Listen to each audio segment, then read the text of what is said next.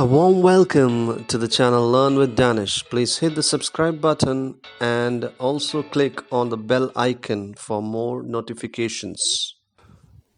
Good evening everybody. We are back with another video. Today we would be discussing a lesson from the general paper Zeitgeist that's prescribed for all degree second semester BA, BSc, BCom, BCA, BBA students of Calicut University.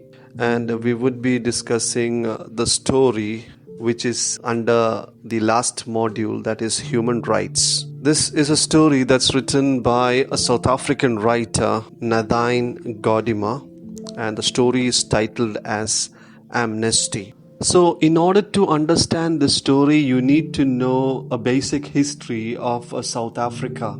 South Africa is considered to be a country which had colonies of the Dutch as well as the British during the 18th and 19th century. And we see that by 1940s, the British had laid out a very strict and stringent laws in South Africa. But South Africa in the നാട് നോക്കുകയാണെങ്കിൽ അവർ ഡച്ചുകാരും ബ്രിട്ടീഷുകാരും ഭരിച്ചിട്ടുണ്ടായിരുന്നു 18-ാം നൂറ്റാണ്ടിലും 19-ാം നൂറ്റാണ്ടിലും. പിന്നീട് 1948 ശേഷം ഒരു ഭീകരമായിട്ടുള്ള രീതിയിലാണ് south ആഫ്രിക്കയുടെ ഭരണം ബ്രിട്ടീഷുകാർ നടത്തിയിട്ടുള്ളത്. അതിലൂടെ അവിടുത്തെ ജനതകൾ പലതരത്തിലുള്ള ബുദ്ധിമുട്ടുകളും പലതരത്തിലുള്ള ഡിസ്ക്രിമിനേഷനും നേരിടേണ്ടി വന്നിട്ടുണ്ട്. അപ്പോൾ ആ ഒരു കാലഘട്ടത്തെ ആസ്പദമാക്കിയിട്ടാണ് നമ്മുടെ കഥ ആംനെസ്റ്റി നദൈൻ ഗോഡിമർ എഴുതിയിട്ടുള്ളത്. അതായത് 1948 ശേഷമുള്ള സൗത്ത് ആഫ്രിക്കൻ ചരിത്രത്തെ ആസ്പദമാക്കിയിട്ടാണ് നദൈൻ ഗോഡിമർ ഈ കഥ എഴുതിയിട്ടുള്ളത്. So what is the period after 1948 in South Africa known as? It is known as the apartheid. So we'll just get into what is apartheid. Apartheid is a system of institutionalized or legal system of segregation that was apparent in South Africa from 1948 to the early 1990s.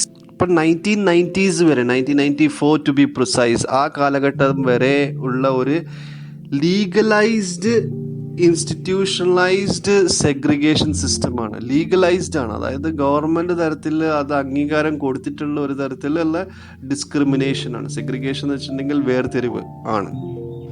It was not just practiced in South Africa alone, it was also practiced in Namibia, parts of Namibia. ഇന്നത്തെ Namibia എവിടെയാണോ ആ ഒരു സ്ഥലങ്ങളിലും ഈ അപ്പാർട്ടൈഡ് practice ചെയ്തിട്ടുണ്ടായിരുന്നു. Now let us just look into a small history behind it. ഞാൻ നേരത്തെ പറഞ്ഞ പോലെ South Africa was ruled by the Dutch in the 18th century and they treated the native black people as slaves and inferior. So South Africa is a country which was inhabited by black people. അപ്പോൾ ഏറ്റവും കൂടുതൽ അവിടെ majority ആയിട്ടുള്ളത് അവിടെ black വംശജരാണ്, കറുത്ത വംശജരാണ്. അവിടെ അവര് slaves ആയിട്ടാണ് ട്രീറ്റ് ചെയ്തിരിക്കുന്നത്. So the white people are actually minority in south Africa. കുറച്ച് ആൾക്കാർ മാത്രമേ സൗത്ത് ആഫ്രിക്കയിൽ വൈറ്റ്സ് ആയിട്ടുള്ളൂ.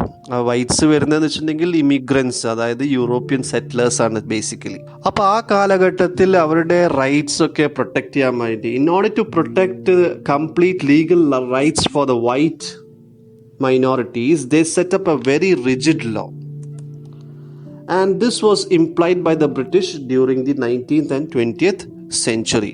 അപ്പോൾ ഡച്ചുകാരാണ് ഇവർക്ക് എല്ലാ ലീഗൽ റൈറ്റ്സും നേടിയെടുക്കാൻ വേണ്ടിയിട്ട് അവരെന്താണ് സ്ട്രിക്റ്റ് ആയിട്ടുള്ള കുറച്ച് ലോസ് ഒക്കെ എസ്റ്റാബ്ലിഷ് ചെയ്തു. അപ്പോൾ ഡച്ച് റോമൻ ലോസ് എന്നറിയപ്പെടുന്ന ലോസ് ആണ്. പിന്നീട് 1948 ശേഷം ബ്രിട്ടീഷുകാരും അത് നടപ്പിലാക്കാൻ തുടങ്ങി.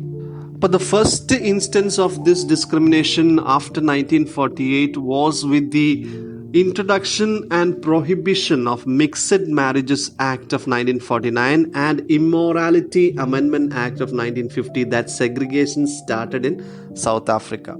So it is with this introduction, അതായത് ഒരു രണ്ട് ജാതിയിൽ പെട്ടിട്ടുള്ള ആൾക്കാർ അല്ലെങ്കിൽ രണ്ട് വർഗത്തിൽ പെട്ടിട്ടുള്ള ആൾക്കാർ തമ്മിൽ വിവാഹം കഴിക്കാനുള്ള അനുമതി ഗവൺമെന്റ് തലത്തിൽ ഉണ്ടായിരുന്നില്ല. അത് ഇല്ലീഗൽ ആയിരുന്നു സൗത്ത് ആഫ്രിക്കയിൽ 1949 ശേഷം. അതായത് ഒരു കറുത്ത വംശജന് ഒരു വെളുത്ത വംശജനുമായിട്ടുള്ള കല്യാണം അല്ലെങ്കിൽ വിവാഹം കഴിക്കാൻ സാധിക്കില്ലായിരുന്നു.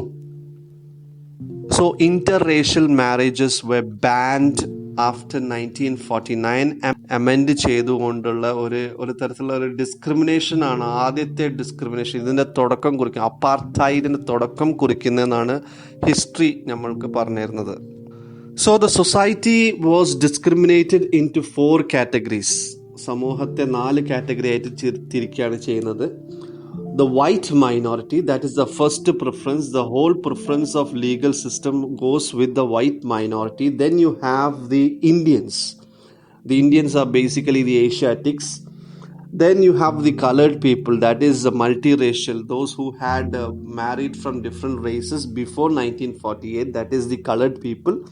And the last class of society goes with the black majority. അപ്പോൾ ഏറ്റവും കൂടുതൽ ചൂഷണം അനുഭവപ്പെട്ടിട്ടുള്ള ഒരു വർഗമായിരുന്നു ബ്ലാക്ക് മജോറിറ്റി. അതായത് വൈറ്റ് മൈനോറിറ്റിക്ക് തീരെ ചൂഷണം ഇല്ലായിരുന്നു. അവരെല്ലാ സൗകര്യങ്ങളും സുഖ സൗകര്യങ്ങളൊക്കെ അനുഭവിച്ച് ജീവിച്ചിരുന്ന കൂട്ടരായിരുന്നു. പിന്നെയുള്ള കൂട്ടർ എന്ന് വെച്ചിട്ടുണ്ടെങ്കിൽ കുറച്ചും കൂടി സുഖ സൗകര്യമുള്ള കൂട്ടർ എന്ന് വെച്ചിട്ടുണ്ടെങ്കിൽ ഇന്ത്യൻസ് ആണ്. പിന്നീട് കളർഡ് പീപ്പിൾ, പിന്നെ അവസാനം വരുന്നതാണ് black majority. So we see that the black majority was actually shifted from the homes and they were moved to tribal homelands. യഥാർത്ഥത്തിൽ സൗത്ത് ആഫ്രിക്ക, നമീബിയ സ്ഥലത്ത് 10 ഹോംലെൻസ് ആയിട്ടാണ് അവർ വേർതിരിച്ചിട്ടുള്ളത് ബ്രിട്ടീഷുകാർ. ഈ ഹോംലെൻസ് എന്ന് വെച്ചിട്ടുണ്ടെങ്കിൽ ഒരു ചെറിയൊരു സൊസൈറ്റി, ഒരു വില്ലേജ് കമ്മ്യൂണിറ്റിയാണ്. പക്ഷേ ഈ കമ്മ്യൂണിറ്റീൻ്റെ പ്രത്യേകത എന്ന് വെച്ചിട്ടുണ്ടെങ്കിൽ അവിടെ ഡെൻസ്ലി പോപ്പുലേറ്റഡ് ആണ്. They were altogether 10 homelands and they were densely populated. So these people, around 4 million people were there, which was considered to be black majority. അപ്പോൾ ഈ ബ്ലാക്ക് മജോറിറ്റി 4 million ആൾക്കാരുകളെ എന്താണ് ഈ 10 ചെറിയ സ്റ്റേറ്റ്സ് രൂപത്തിൽ, ഹോംലാൻഡ് രൂപത്തിൽ അവിടെ തിങ്ങി പാർപ്പിച്ചിട്ടുണ്ടായിരുന്നു ബ്രിട്ടീഷുകാർ 1948 ശേഷം. So homeland is actually a place that was not actually owned by these black people. These lands were actually owned by the whites and they are just living there. So അവർ പണിയെടുത്ത് ജീവിക്കുന്ന കൂട്ടരായിരുന്നു. ആർക്ക് വേണ്ടി പണിയെടുക്കുന്നത്? വെളുത്ത വംശജർക്ക് വേണ്ടി പണിയെടുത്ത് ജീവിക്കുന്ന കൂട്ടരായിരുന്നു ആ black majority. They had a very few basic amenities and they did not possess any basic human rights. The education system was also at risk for the blacks. The blacks had separate schools. ഇപ്പോൾ education സിസ്റ്റത്തിനെ കുറിച്ച് പറയുകയാണെങ്കിൽ ബ്ലാക്സിനും വൈറ്റ്സിനും separate ആയിട്ടുള്ള schools ആയിരുന്നു ഉണ്ടായിരുന്നത്.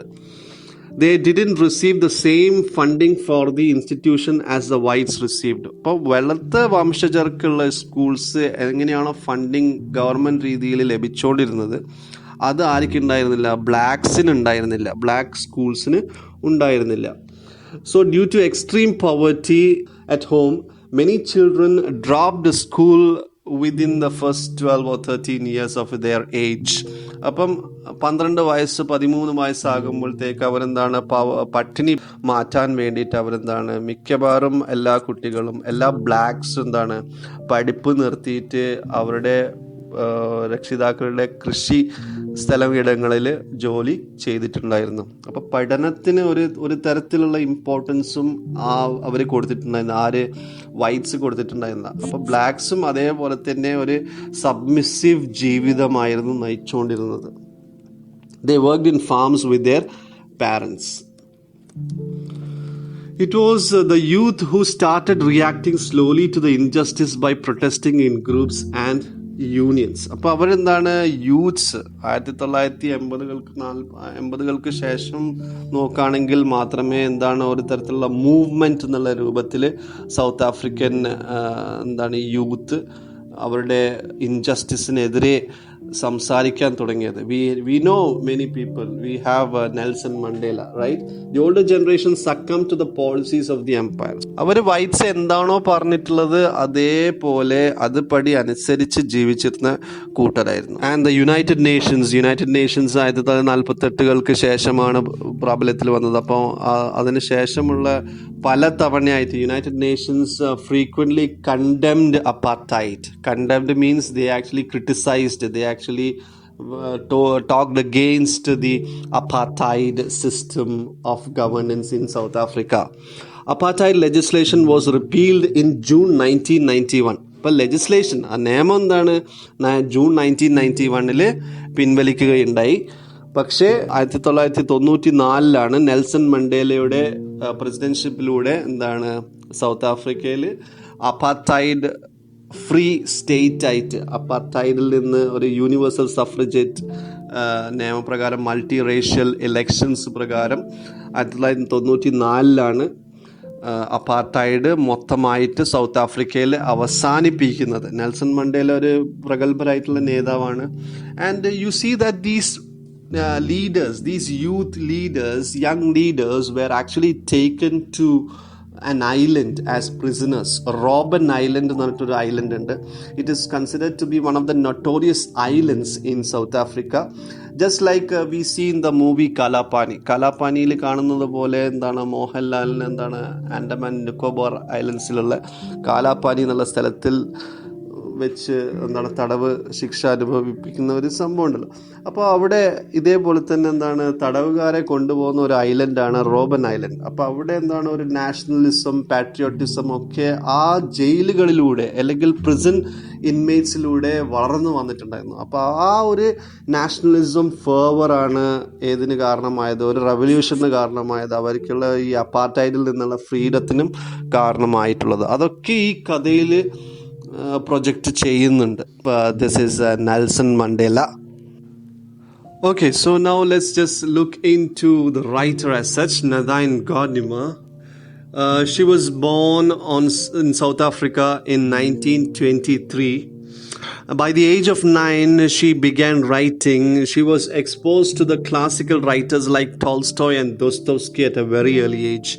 9 വയസ്സ് മുതലേ നദൈൻ Gordimer ടോൾസ്റ്റോയും ദോസ്തോവ്സ്കിയും ഒക്കെ വായിക്കാൻ തുടങ്ങിയിട്ടുണ്ടായിരുന്നു. And she published her first collection of short stories at the age of 15.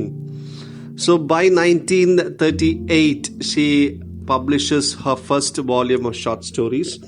Many of her books were banned in South Africa. പിന്നീടുള്ള ജീവിത കാലഘട്ടത്തിൽ പല പുസ്തകങ്ങളും ബാൻ ചെയ്തിട്ടുണ്ടായിരുന്നു സൗത്ത് ആഫ്രിക്കയിൽ. It was banned. She talked about the harsh realities and after effects of the apartheid. So 1948 ശേഷമുള്ള books ഒക്കെ ban ചെയ്തിട്ടുണ്ടായിരുന്നു. പല ബുക്സും നദൈൻ ഗോഡിമറിനെ ബാൻ ചെയ്തു. എന്താ കാരണം എന്ന് വെച്ചിട്ടുണ്ടെങ്കിൽ ആ ബുക്സ് ഒക്കെ ഹൈലൈറ്റ് ചെയ്യുന്നത് അപ്പാർത്തൈഡ് ഈവിൽ രൂപങ്ങളാണ്. She was the founder and member and patron of the Congress of South African Writers, COSO. She was an ardent supporter of the African National Congress, the major anti-apartheid political movement in Africa during the 1980s and 1990s. African National Congress പാർട്ടിയിലൂടെയാണ് കുറേ പ്രഗത്ഭരായിട്ടുള്ള നേതാക്കന്മാരൊക്കെ ഈ അപ്പാർത്തൈഡിനെതിരെ നീങ്ങാൻ തുടങ്ങിയിട്ടുണ്ടായിരുന്നു. അപ്പോൾ അതിൻ്റെ ardent സപ്പോർട്ടറായിരുന്നു. And she received the Nobel Prize in the year 1991. അപ്പം 1938 എഴുത്ത് തുടങ്ങിയിട്ടുണ്ടെങ്കിൽ പോലും അവിടെ Nobel prize കിട്ടുന്നത് 1991. അപ്പോൾ അതിലൂടെ നമുക്ക് മനസ്സിലാക്കാൻ പറ്റുന്നതെന്ന് വെച്ചിട്ടുണ്ടെങ്കിൽ നദൈൻ ഗോഡിമറിന് വളരെ വൈകിയാണ് നോബൽ പ്രൈസ് ലിറ്ററേച്ചറിൽ കൊടുക്കുന്നത്. And she was the first South African woman to win the Nobel Prize in literature. With this, we have come to the end of part 1 video of Amnesty that's written by Nadine Gordimer. We have discussed a small introduction related to South African history in this video. We'll be going into the text in the next video that's going to come soon. So if you have any doubts related to this video, you can drop in your doubts or queries in the comment box below. Till then, it's me, Danish, signing off. Have a good day. Learn with Danish.